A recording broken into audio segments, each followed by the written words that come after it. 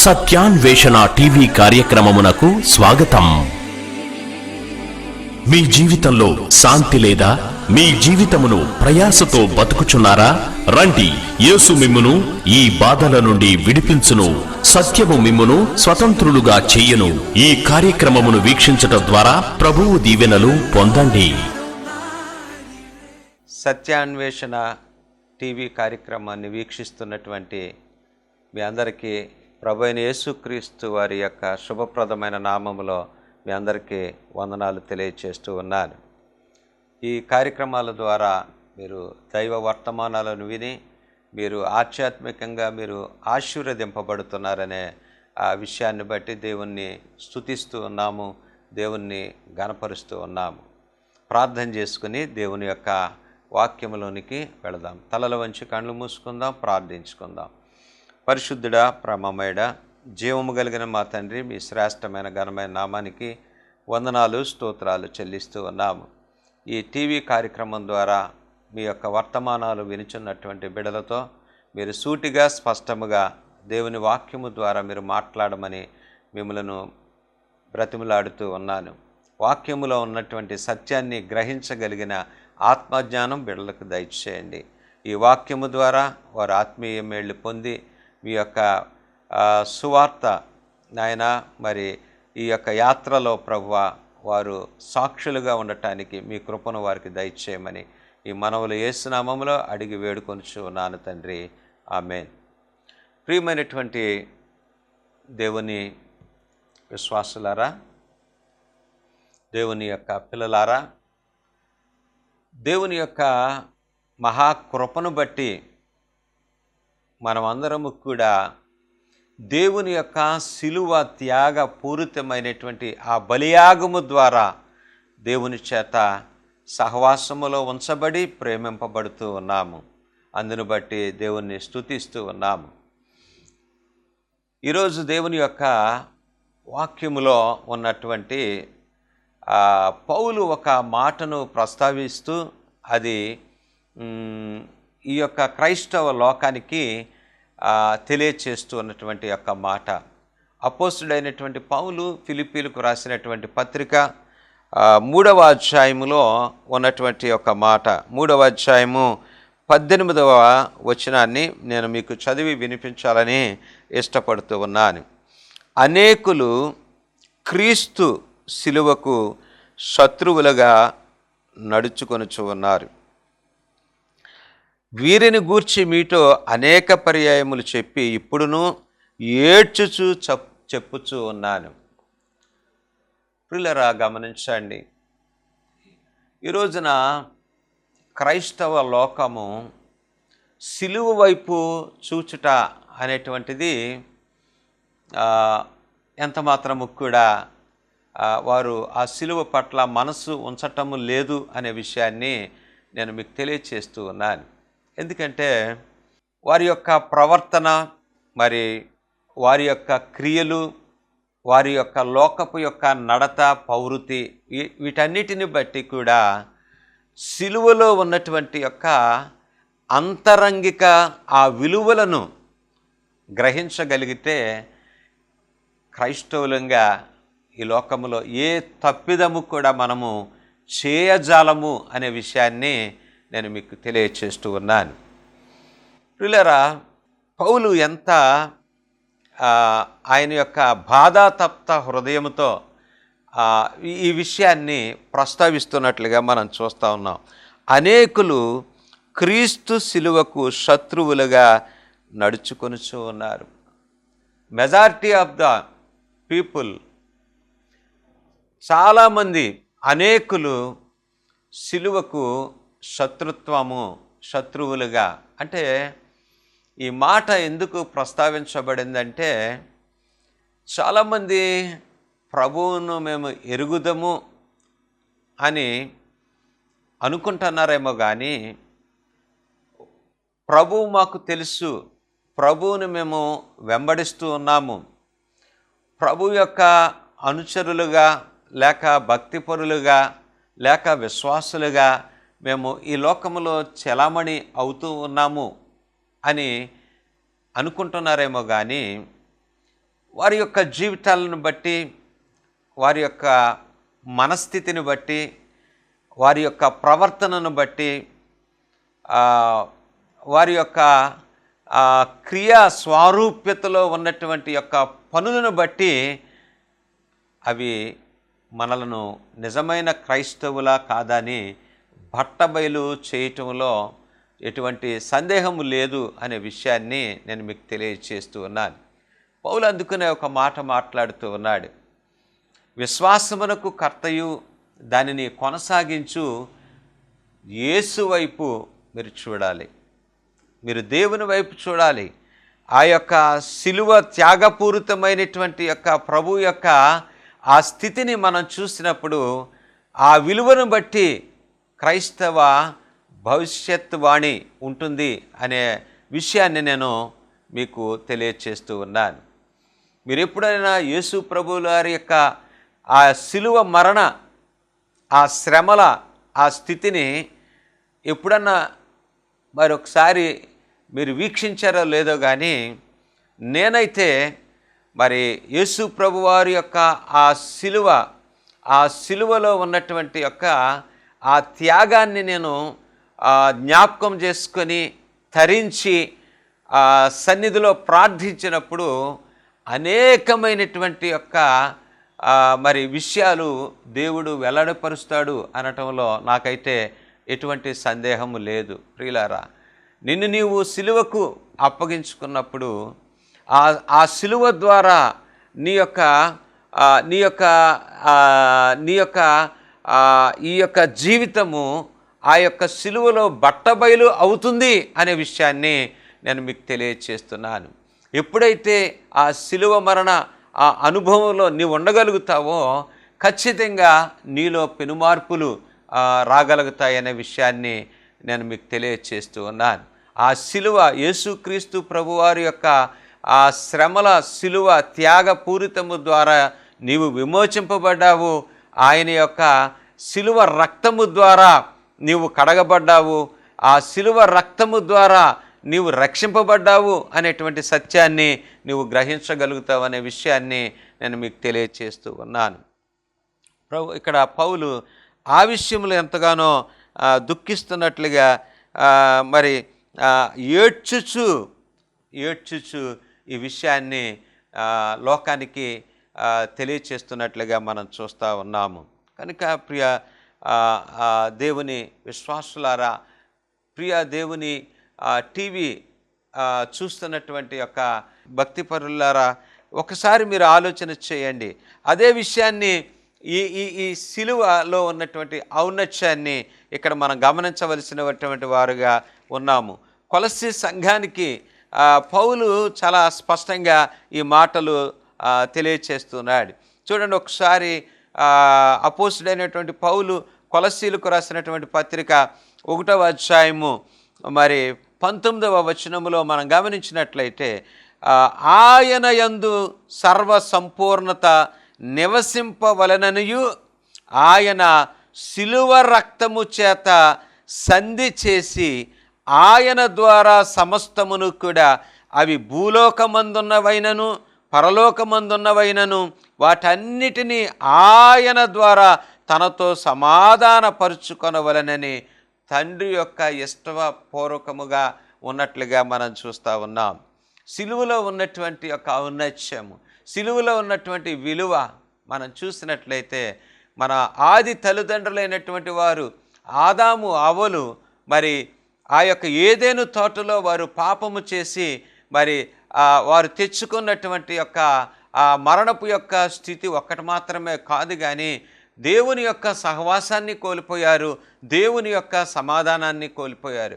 ఆ కోల్పోయినటువంటి యొక్క ఈ సమాధానము మనకు దేవునికి మరలా ఎప్పుడు పురుకొల్పబడి ఒకటిగా మనము అనుసంధానము చేయబడ్డాము దేవునితో అని అంటే, అది కేవలము సిలువలో ఆయన యొక్క సిలువ రక్తము ద్వారా ఆయన సంధి చేసి మరి యేసుక్రీస్తు ప్రభువారి ద్వారా సమస్తమును కూడా, అవి ఎక్కడంట, భూలోకమందునైనను పరలోకమందునైనను వాటన్నిటినీ ఆయన ద్వారా తనతో మనలను సమాధానపరుచుకోవటానికి దేవుడు మరి ఇష్టపడినట్లుగా మనం చూస్తూ ఉన్నాము. సిలువ యొక్క ఆ విలువను మనం గమనించినప్పుడే ఆ సిలువలో ఉన్నటువంటి యేసుక్రీస్తు ప్రభుల వారి యొక్క ఆ మరణపు యొక్క స్థితిని ఆ సిలువలో మనం చూస్తున్నప్పుడు మాత్రమే మరి మనకి ఆ యొక్క ఆ విషయాలన్నీ కూడా మనకు ప్రత్యక్షపరచబడతాయనే విషయాన్ని నేను మీకు తెలియజేస్తూ ఉన్నాను. మనం ఈ సిలువలో ఉన్నటువంటి యొక్క ఆ విషయాల్ని మనం ఆలోచన చేసినప్పుడు మరి అపోస్తుడైనటువంటి పౌలు గలతీలకు రాసినటువంటి యొక్క పత్రిక 2వ అధ్యాయంలో మనం చూస్తే 2వ అధ్యాయము 20వ వచనాన్ని మనం గమనించినట్లయితే, నేను క్రీస్తుతో కూడా సిలువ వేయబడి ఉన్నాను, ఇకను జీవించువాడును నేను కాదు, క్రీస్తే నాయందు జీవించుచు ఉన్నాడు అనే విషయాన్ని ఇక్కడ పౌలు మరి తెలియచేస్తున్నట్లుగా మనం చూస్తూ ఉన్నాం. నేను క్రీస్తుతో కూడా సిలువ వేయబడి ఉన్నాను, క్రీస్తుతో కూడా నేను సిలువ వేయబడి ఉన్నాను. ప్రియులారా, ఆలోచన చేయండి. ఒకసారి ఈ సిలువను గూర్చినటువంటి యొక్క అంశాన్ని, ఈ సిలువ యొక్క ప్రత్యేకతను, ఆ సిలువలో ఉన్నటువంటి యేసుక్రీస్తు ప్రభువుల వారి యొక్క ప్రణాళికను ఒకసారి మీరు చేయవలసిన వారుగా ఉన్నారనే విషయాన్ని మీకు తెలియచేస్తున్నా. అందుకే యేసు ప్రభు వారు మత్తయి సువార్తలో అంటాడు, ఎవడైనను నన్ను వెంబడింపగోరని ఎడల. పిల్లరా గమనించండి, దేవుణ్ణి వెంబడించడం అంటే అంత సులువైనటువంటి యొక్క విషయం కాదనే విషయాన్ని ఇక్కడ మనం చూడగలుగుతూ ఉన్నాం. ఈ వచనంలో మనం చూస్తూ ఉన్నాము. ఎవడైనను, అక్కడ చూడండి ఆ మాట, ఎవడైనను, ఎవరికి ఎక్సెప్షన్ లేదండి. వాడు ఉన్నతమైన వాడైనా, ప్రధానమంత్రి అయినా, అధికారి అయినా, ఆస్తిపరుడైనా, ఐశ్వర్యవంతుడైనా, బిషప్ అయినా, పాస్టర్లైనా, విశ్వాసులైనా, ఎవరైనా ఒకటే. దేవుని యొక్క పరిధిలో ఎవరైనా కూడా అందరూ సమానమే. అందుకని ఆ మాట అంటున్నాడు, ఎవడైనను నన్ను వెంబడింపగోరని ఎడల తన్ను తాను ఉపేక్షించుకొని. ఈ మాట చాలా కష్టమైనటువంటి పని ఈ లోకంలో ఉన్నటువంటి మానవాళికి. ఎవడైనను యేసుక్రీస్తు ప్రభువారిని వెంబడించాలి అని అంటే తన్ను తాను ఉపేక్షించుకోవాలంట. ఉపేక్షించుకొనుట, విడిచిపెట్టుట. ఏంటి విడిచిపెట్టాలి? ఈ లోకములో ఉన్నటువంటి యొక్క దుష్టత్వము, దుర్నీతి, ఈ లోకములో ఉన్నటువంటి క్రోధ మదమత్సరములు, ఈ లోకములో ఉన్నటువంటి జీవపుడంబము. ప్రియులారా, దేవునికి అసహ్యమైనది ప్రతిదీ కూడా నీవు విడిచిపెట్టినప్పుడు మాత్రమే నీవు దేవుణ్ణి వెంబడించగలుగుతావు. ఆయన సిలువను సులువుగా నువ్వు వెతుకొనగలవు. ఎవడైనను నన్ను వెంబడింపగోరిన ఎడల తన్ను తాను ఉపేక్షించుకొని తన సిలువను ఎత్తుకొని నన్ను వెంబడించాలి అని యేసు ప్రభువుల వారు తెలియచేస్తున్నారు. చాలామంది మేము బాప్తిసం పొందాము, ఆదివారం గుడికి వెళ్తున్నాం, మేము యేసుని వెంబడిస్తున్నాం అనేటువంటి మనస్థితిని చాలామంది కలిగి ఉంటారు. అయితే నీ జీవితంలో ప్రభువుకి ఇష్టం లేని ప్రతి విషయాన్ని కూడా నీవు ఉపేక్షించావా? ఆ ఉపేక్షించినప్పుడు మాత్రమే ప్రభు యొక్క కాడిని నువ్వు మోయగలుగుతావు అనేటువంటి విషయాన్ని నేను లేఖనాలు బట్టి మీకు తెలియచేస్తూ ఉన్నాను. అందుకని లోక సువార్త 5వ అధ్యాయంలో చూసినప్పుడు యేసు ప్రభువారు సరస్సు ప్రాంతానికి వచ్చినప్పుడు అక్కడ పేతురు, ఆంద్రేయ, యోహానులు వీళ్ళందరూ కనబడినప్పుడు ప్రియులరా వారితో ముచ్చటించి దేవుని యొక్క సువార్తను ప్రకటించి వలలు విసిరినప్పుడు వారు అనేకమైనటువంటి యొక్క వలలు పిగిలిపోయేంత ఆ చేపలు వారు పట్టినప్పుడు వారు తీరానికి వచ్చి మాట్లాడుతున్నారు. పేతురు అంటున్నాడు, ప్రభువా ఇదిగో నేను పాపాత్ముడిని అని ఒక భయాన్ని కలిగినటువంటి వారుగా అక్కడ ఆగపడుతూ ఉన్నారు. అప్పుడు యేసు ప్రభువారు, మీరు భయపడవద్దు, ఇదిగో మిమ్మల్ని మనుషులు పట్టి జాలర్లుగా నేను మిమ్మల్ని చేయబోతున్నాను అని చెప్పినప్పుడు అక్కడ వ్రాయబడిన మాట ఏంటంటే వారు సమస్తమును విడిచిపెట్టి వారు దేవుణ్ణి వెంబడించినట్లుగా మనం చూస్తున్నాం. దేవుని స్తోత్రం కలుగును గాక.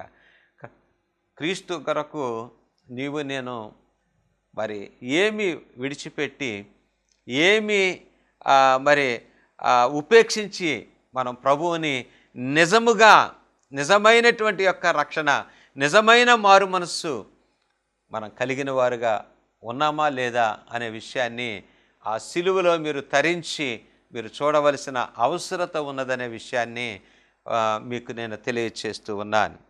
అపోస్తలుడైన పౌలు ఈ గలతీయులకు రాసినటువంటి పత్రిక అదే 5వ అధ్యాయంలో ఇంకో చక్కని మాట వ్రాయబడి ఉంది. 5వ అధ్యాయము మీరు 24వ వచనాన్ని మీరు గమనించినట్లయితే 5వ అధ్యాయము 24వ వచనం, క్రీస్తు యేసు సంబంధులు శరీరమును దాని ఇచ్చలతోనూ దురాశలతోనూ సిలువ వేసి ఉన్నారు. సిలువలో ఉన్నటువంటి యొక్క ఆ ప్రత్యేకతను ఇక్కడ తెలియచేస్తున్నాడు.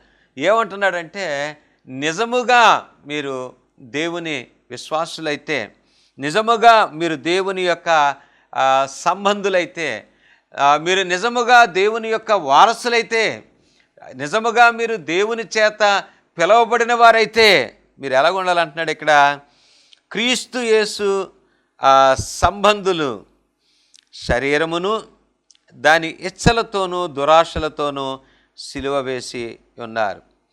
క్రీస్తు యేసు సంబంధులు శరీరమును దాని ఇచ్చలతోనూ దురాశలతోనూ, నిజముగా మీరు ఆ సిలువను గూర్చినటువంటి యొక్క స్థితిని కలిగిన వారుగా ఉంటే మీలో ఏమాత్రము కూడా మరి శరీర సంబంధమైనటువంటి ఏ ఇచ్చభోగాచ్చలు కూడా ఉండటానికి వీలు లేదు.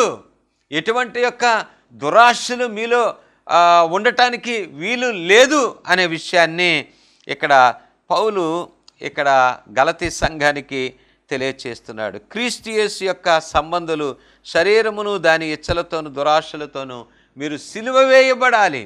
అందుకని ఆ మాట జ్ఞాపకం వస్తూ ఉన్నది.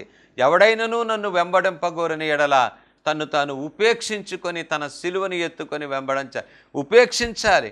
మీలో ఉన్నటువంటి యొక్క లోకానుసారమైనటువంటి యొక్క స్థితి, మీలో ఉన్న లోకానుసారమైన విషయాలన్నీ కూడా నీవు సిలువ వేయబడిన క్రీస్తు కొరకు వాటన్నిటినీ త్యజించాలి, విడిచిపెట్టాలి. అప్పుడు మాత్రమే నీవు దేవుణ్ణి వెంబడించగలుగుతావు.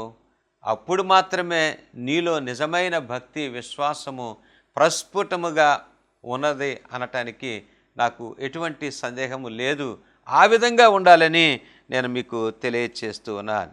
6వ అధ్యాయము అపోస్తలుడైన పౌలు గలతీయులకు రాసినటువంటి పత్రిక 6వ అధ్యాయములో మనం గమనించినట్లయితే 6వ అధ్యాయం 14వ వచనములో, అయితే మన ప్రభు అయిన యేసుక్రీస్తు సిలువ యందు తప్ప మరి దేని యందు అతిశయించుట నాకు దూరమవును. నిజమైన క్రైస్తవులారా, నిజమైన దేవుని విశ్వాసులారా, నిజమైనటువంటి దేవుని యొక్క జనాంగమా, మీరు సిలువను గూర్చినటువంటి యొక్క ఆ విషయాన్ని జ్ఞాపకం తెచ్చుకోండి. పౌలు అందుకని అన్నాడు, మీలో అనేకులు సిలువను గూర్చి అనేక తప్పిదాలు మీరు చేస్తూ ఉన్నారనే మాటను మనం చూస్తూ ఉన్నాం. సిలువను గూర్చి మీరు అనేకమైనటువంటి యొక్క విషయాలలో మీరు తొందరపాటు పడుతూ ఉన్నారు. అనేకులు క్రీస్తు యొక్క సిలువను గూర్చి శత్రుత్వాన్ని పెంచుకుంటున్నారు. మీ క్రియలను బట్టి, మీ యొక్క నడతను బట్టి, మీ యొక్క ప్రతి ఒక్క లోకపు యొక్క స్థితిని బట్టి అనే విషయాన్ని నేను మీకు తెలియచేస్తున్నాను. అందుకనే ఇక్కడ పౌలు చెప్తున్నటువంటి మాట ఏంటంటే, అయితే మన ప్రభు అయిన యేసుక్రీస్తు ఆయన అంటున్నాడు, ఇదిగో నన్ను పిలిచిన దేవుడు నమ్మదగినవాడు, ఆయన యథార్థవంతుడు, ఆయన సత్యవంతుడు, ఆయన అబద్ధమాడజాలనటువంటి దేవుడైన ఆయన నిన్న నేడు నిరంతరము ఒకే రీతిగా ఉన్నవాడును అనువాడునైన ఆ దేవుడు, నన్ను పిలిచినటువంటి దేవుడు, నాకు అప్పగించిన పని విషయంలోను సువార్త విషయంలోను ఈ స్థితి యొక్క యావత్తును బట్టి ఆయన అంటున్నాడు, ప్రభు అయిన యేసుక్రీస్తు యొక్క సిలువ యందు తప్ప మరి దేని యందు కూడా నాకు అతిశయము లేదు. ప్రియులారా, అతిశయించేవాడు ప్రభువునందే అతిశయించాలి కానీ లోకమును బట్టి, లోకములో పొందుకున్నటువంటి యొక్క విలువైనటువంటి వాటిని బట్టి అతిశయించేటువంటి వీలు లేదు అనే విషయాన్ని నేను మీకు తెలియచేస్తూ ఉన్నాను. పౌలు యొక్క స్టేట్మెంట్ చూసినట్లయితే మన ప్రభు అయిన యేసుక్రీస్తు సిలువ యందు తప్ప మరి దేని యందు అతిశయించుట నాకు దూరమవునుగాక. దాని వలన నాకు లోకమునకు నేనును సిలువ వేయబడి ఉన్నాము. అటువంటి యొక్క పరిపూర్ణత, అటువంటి యొక్క దైవ ప్రణాళికలో మరి పౌలు యొక్క భక్తి విశ్వాస జీవితాన్ని బట్టి నీవు నేను మరి ఏ విధంగా ఈ సిలువ పట్ల మనం ఏ విధమైనటువంటి గురుతర బాధ్యతను మనం కలిగి ఉన్నామో ఒకసారి ఆలోచన చేయాలని ప్రభు పేరట నేను మీకు మనవి చేస్తూ ఉన్నాను. రోమీలకు రాసిన పత్రిక 6వ అధ్యాయము, ప్రియులారా గమనించండి, రోమీలకు రాసిన పత్రిక 6వ అధ్యాయము 6వ వచనాన్ని మనం గమనించినట్లయితే అక్కడ వ్రాయబడిన మాట మనం చూసినట్లయితే, ఏమనగా మనము ఇకమును పాపమునకు దాసులము కాకుండానట్లు, పాప శరీరము నిరర్ధకమగునట్లు మన ప్రాచీన స్వభావము ఆయనతో కూడా సిలువ వేయబడనని ఎరుగుదము.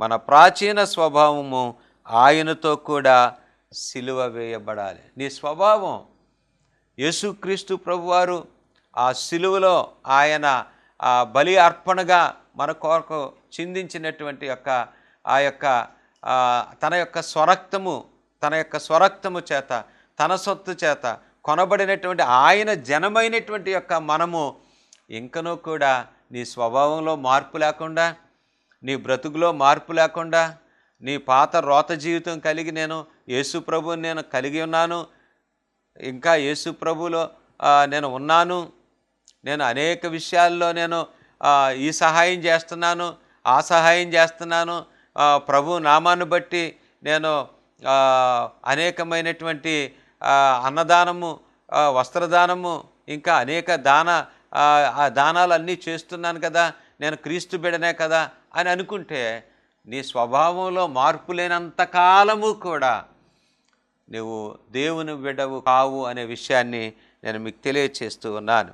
ప్రియులారా గమనించండి, ఇక్కడ మరి పాప శరీరము నిరర్ధకము ఉన్నట్లు, పాప శరీరము మళ్ళీ జ్ఞాపకం చేస్తున్నా మీకు, పౌలు మాట్లాడుతున్నాడు, ఏమనగా మనం ఇకను పాపమునకు దాసులము కాము. ఎవరైతే క్రీస్తు యొక్క ఆ సిలువలో ఆయన యొక్క సిలువ రక్తము చేత దేవునితో సంధి చేయబడి మనం సమాధానపరచబడి ఈ యొక్క భూప్రపంచమునందైనా పరలోకమందైనవి కూడా దేవునితో సమాధానపరచబడవలనని దేవుని యొక్క ఇష్టపూర్వకమైనటువంటి యొక్క ఆయన ప్రణాళికలో ఆయన సంకల్పము చొప్పున నీవు నేను కూడా ఏ విధంగా ఉండాలి అని మనం ఆలోచన చేస్తే అక్కడ ఆయన మాట్లాడుతున్నటువంటి యొక్క మాటలు ఏమనగా మనం ఇకను పాపమునకు దాసులము కాబడము. ఇంకా నీవు నిజమైనటువంటి యొక్క సిలువ ప్రత్యక్షతలో నీవు ఉన్నప్పుడు, నీ పాపములు కడగబడినప్పుడు, నీవు ప్రాయశ్చిత్తముగా దేవుని యొక్క రక్తము చేత నిన్ను దేవుడు కడిగి పవిత్రీకరించి నిన్ను నీ పాపముల నుండి విమోచించి ఆయన యొక్క రక్షణ భాగ్యాన్ని నీకు ఇచ్చినప్పుడు ఇంకా మనము పాపమునకు దాసులము ఎంత మాత్రము కానేరము. అయినప్పటికీ కూడా ఇక్కడ అంటున్నాడు కదా, పాప శరీరము నిరర్ధకమగినట్లు. ఇంకా నీ శరీరములో లేక నీ క్రియలలో, నీ ప్రవర్తనలో కంప్లీట్గా పరిపూర్ణంగా నీవు మార్పు స్వభావముతో నీవు ఉండాలి. పాపమునకు దాసులము కాకుండానట్లు, పాప శరీరము నిరర్ధకమగునట్లు మనము మన ప్రాచీన స్వభావమును ఆయనతో కూడా సిలువ వేయబడినని ఎరుగుదము. దేవుని స్తోత్రం కలుగునుగాక. ప్రియులారా, మీ చిత్తవృత్తి యందు మీ ప్రాచీన స్వభావమును విడిచిపెట్టి మీరు క్రీస్తు యొక్క సిలువలో నవీన స్వభావమును మీరు సంతరించుకోవాలి అనే విషయాన్ని దేవుని యొక్క లేఖనాలు మనకి తెలియచేస్తూ ఉన్నాయి.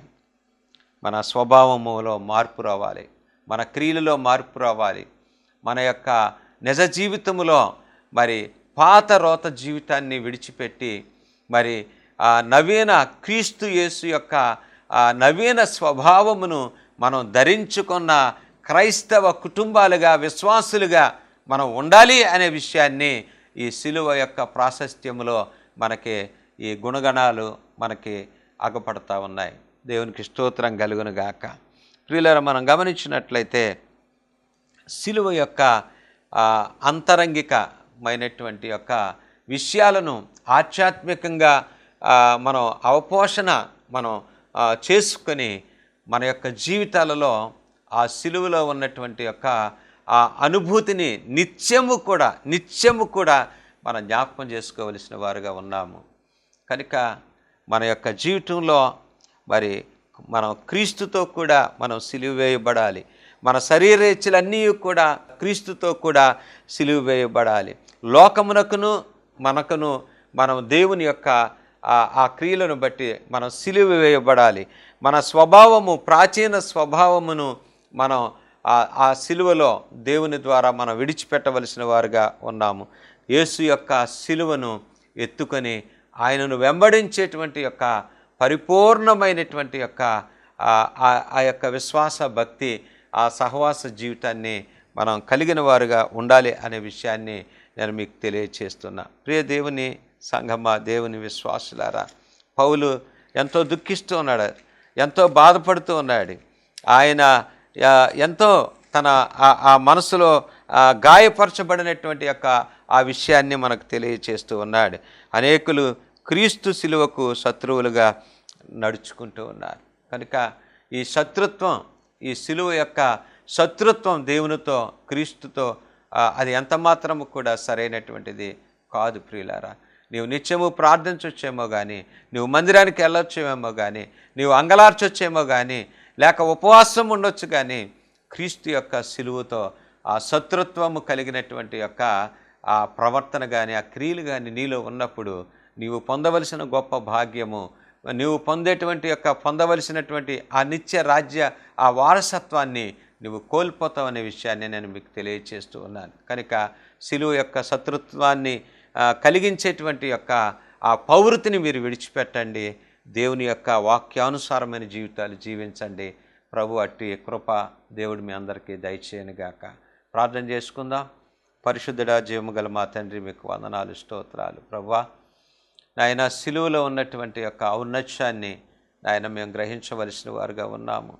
సిలువను మేము తరించలేక చూడలేక ఈ లోకపు యొక్క నాయన సాతానుపు యొక్క ఉచ్చులో మరి పడిపోయి ఈ లోకానుసారమైన జీవితాలు జీవిస్తూ ఉన్నాము.